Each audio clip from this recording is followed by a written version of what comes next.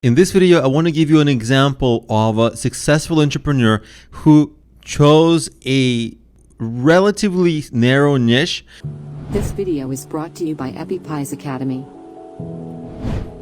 And then grew out of it. And actually, it's my friend Steve P. Young. He is in mobile marketing. He started with a podcast a long time ago.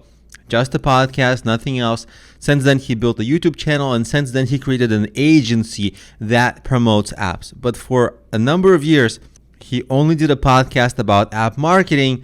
But now look, if you want to work with him, look, just to have an hourly consultation, it's $5 per minute rate, right? So he's a really strong entrepreneur, really strong expert in his niche. He's made himself like the expert in that niche.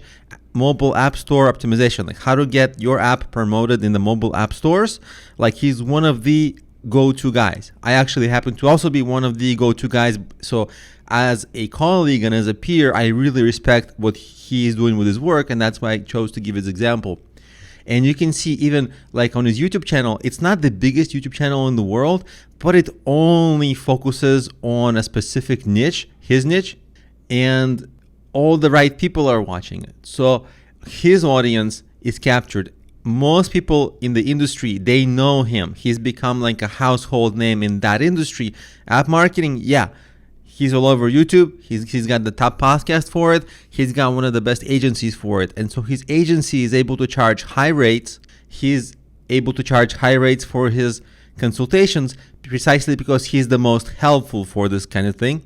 And for years, he's done literally nothing outside of the app world, but he puts on like entrepreneur getaways, which are just for app entrepreneurs. And obviously those little conferences, those cost a lot of money to attend. His consultations are expensive. His app marketing services are high-end priced. So he's able to make a lot of money from each client, and rightfully so, because he himself over time has become one of the premier experts in this field.